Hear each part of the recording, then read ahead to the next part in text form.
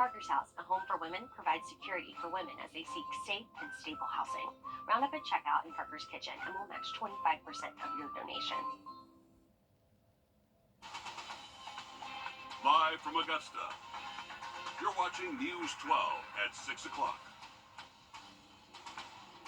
Thompson Mayor Benji Cranford escorted out of a city council executive session in handcuffs and now charged with a felony. You're looking at exclusive video we captured of the moment the GBI took him into custody.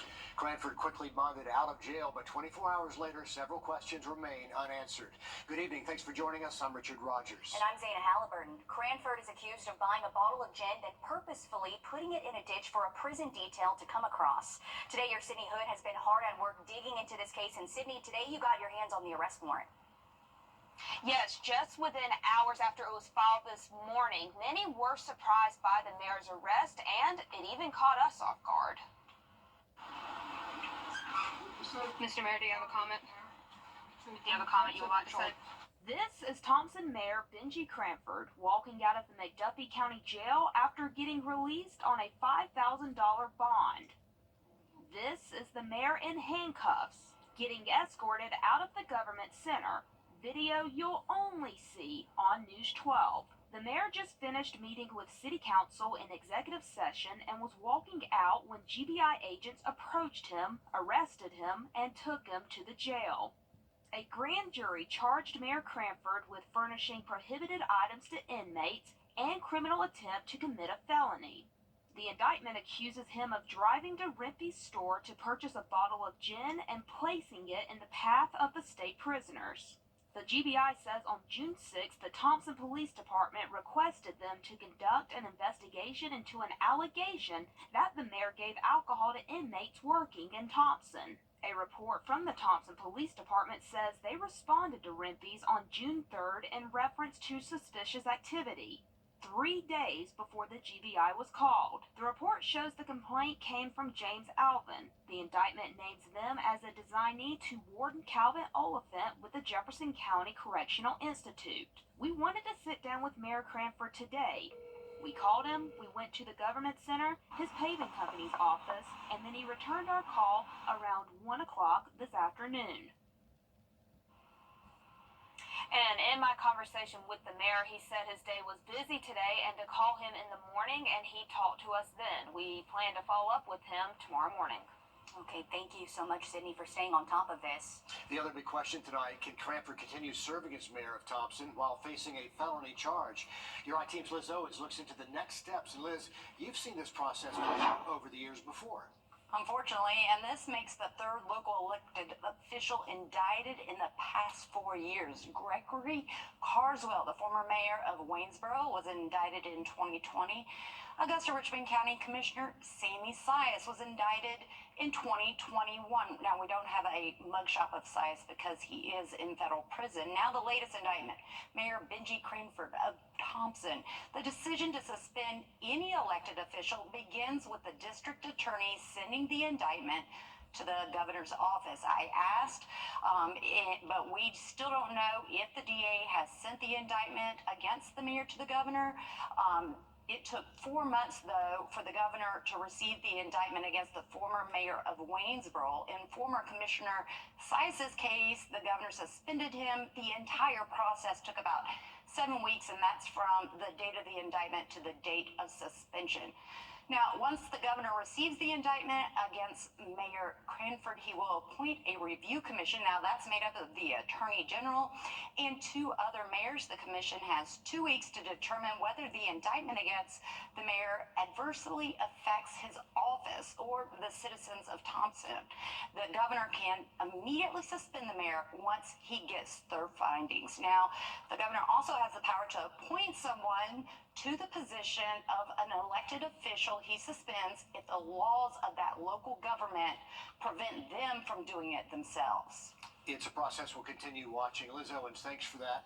New this evening, a $30 million wrongful death settlement nearly a year after a Wagner Sally High School teacher was killed by a utility pole.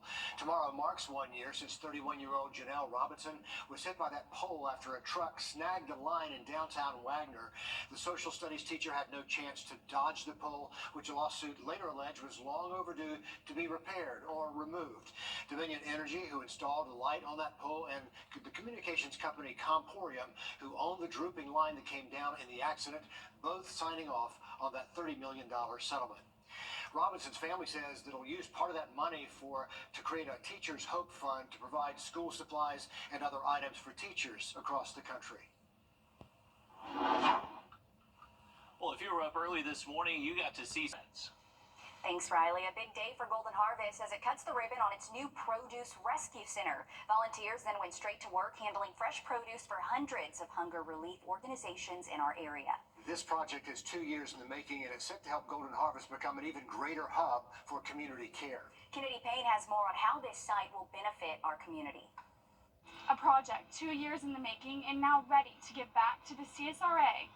25 local counties. It's an incredible accomplishment. And 350 hunger relief programs. It's really at the heart of what we do to feed people. Ready to see the benefits of Golden Harvest's new produce rescue center. It's a very big deal to us that our food insecure neighbors don't have to choose between dinner and rent or gas or groceries. The new facility will add millions of pounds of food to the area. We just did not have the capacity before to have a space like this where we could do this sorting and distribution. Golden Harvest says this isn't possible without community partners like Food Lion, which presented Golden Harvest with a $250,000 check. Being able to come out into the community and feed people that are food insecure is just as important to us as what we do inside our stores every day. Golden Harvest also says this space will allow volunteers to ensure that each item is carefully sorted and inspected. This food is loose product that came in on a truck that now they can break down into more manageable bags that can be given to our agencies. They can then pass it on to families that are food insecure. Amy Brightman is the CEO and president of Golden Harvest. She says the need is greater than ever. We are still in need of assistance as we build this mission and continue serving more people. You can learn more about how to donate or volunteer by visiting our website at wrdw.com. In Augusta, Kennedy Payne on your side. With this new produce rescue center, Golden Harvest expects to be able to distribute about 2.5 million pounds of fresh produce for those in need. Also tonight, more than half of Americans say they want the president and Congress to make. Tonight, SLED is joining the Allendale County Sheriff's Office in the search for 27-year-old Jessica Rapsis. SLED says she was last seen Tuesday evening, and this investigation is ongoing. If you know anything about where she might be, call the Allendale County Sheriff's Office. Using horses to heal. Still ahead, we take you over to Hope for Hooves Rescue to experience firsthand the amazing work that they're doing to help kids live their best lives. And we've had incredible weather today, and it should stick around tomorrow, but we are going to bring back some storm chances this weekend. We'll have that full forecast next. Time and Temp, brought to you by your First Alert weather team. Join us. Looking drier, though, as we head into next week. Thanks, Riley. Healing with horses. That's what one local rescue is doing for kids of all ages. Hope for Hooves Rescue is getting ready to welcome kids who are navigating crises, trauma, and life challenges. They aim to heal with the help from these horses, mentors, and you at home. Many of the farm animals here at Hope for Hooves are rescues, all with different stories. Soon, kids will be able to learn more about them through the Healing with Horses program. This is designed for kids and teens with disabilities or those who have experienced any kind of trauma. A lot of them, as I say, have multiple things going on in their background.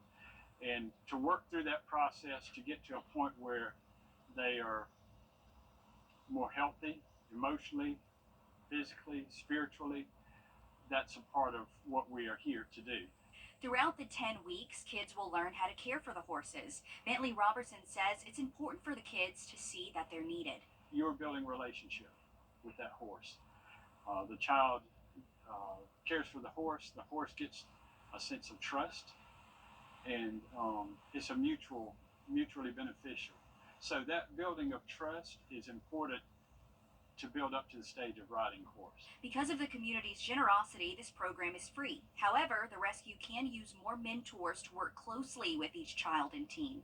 Robertson says the mentor will benefit just as much as the kids. Seeing a child just come out and where they didn't feel a sense of purpose, maybe initially, or their self-esteem was damaged, no confidence, and to see that child come along in a 3-month period and to do some of their healing here, I think that's probably the most rewarding thing. Animals, what's more therapeutic than that, right? It's a nice rescue. New this year, they're adding a Bible study to the program as well. Registration is still open, but kids are being put on a waiting list until the rescue gets more mentors. So you do have to meet a few requirements to become a mentor and be at least 18 years old. What a peaceful spot out there in North Augusta, you say, is where it is. The program starts September the 17th for kids 6 to 18. Find out more about how to become maybe a mentor or a volunteer or just make a donation on our website. Coming up in sports, South Aiken's leading rusher hopes to have one more statement season before heading off to play at the next level. Joseph Doring tells you where he's been and where he's headed next in sports. Never took you for a mariachi guy. Really not a huge fan, but seems to be all of us do these days. Are you 64.com? Who are you talking to?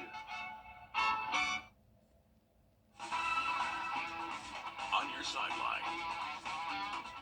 Well, if you've ever tuned in on a Friday night or went to one of the home games for the T-Breads and stayed until the final quarter, chances are you heard the name Javon Edwards and said quite frequently, there's only a few more times we'll get to see the running back play, and he's soaking up every minute. Alyssa Lyons takes you inside the star running back's outlook on his final season. My role obviously changed a lot from being a freshman to a senior. I was kind of just going with the flow with a lot of leaders on the team my freshman year, and my roles started increasing every year. He went from the one they accounted for to the one they counted on. He's rushed for over 1,000 yards each year since his freshman year. He's a great kid, good teammate. He does all the intangibles, and he has all those things. And but he's a really good athlete, and he's really kind of upped his game as far as his improvements that he's made over the summer. Over the span of the last 2 seasons, Edwards rushed for more than 3,000 yards, securing 39 touchdowns for the T-Breads, playing at a higher level, but not leaving the man beside him far from him. I was just focused really on me my freshman year, trying to learn the plays and stuff. Now I'm really teaching all the other guys, all the other younger guys, and trying to get them ready for playing on this varsity level. Soon, the T-Bred running back will get a chance to play at the collegiate level, already capturing the attention of Army, Charleston Southern, and Coastal Carolina. I know a lot of kids want to be in this position and just to be able to play on the next level. So it's really, really a blessing. And while he waits to decide, he's already made his mind up about a few others. I really want to experience state and really just have a great senior year with these guys. Because that's where all good things begin. In South Aiken, Alyssa Lyons on your side. Now, Edwards and the T-Breads will host Aiken tomorrow night for their final preseason game, and before the game really starts to count in South Carolina next week. We'll have a look at your final forecast right after the break.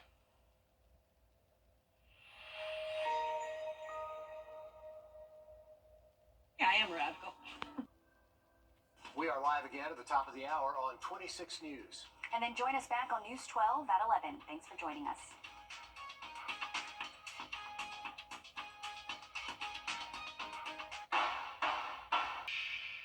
MS-13 gang Trump, and I approve this message. Olympus Grand 83 Tower Drive in Augusta. Hi, I'm Ashley Day with Laurelwood Equipment, and my experienced team wants to change the way you shop for outdoor equipment. When you come to Laurelwood, you won't be left standing around unacknowledged. Our friendly, knowledgeable staff is here to help you make an informed decision based on your specific equipment needs. From Exmark zero-turn mowers to steel chainsaws, we want you to be satisfied with the performance and the price. Come see us today. We're conveniently located off Exit 1 in North Augusta. Is the look of your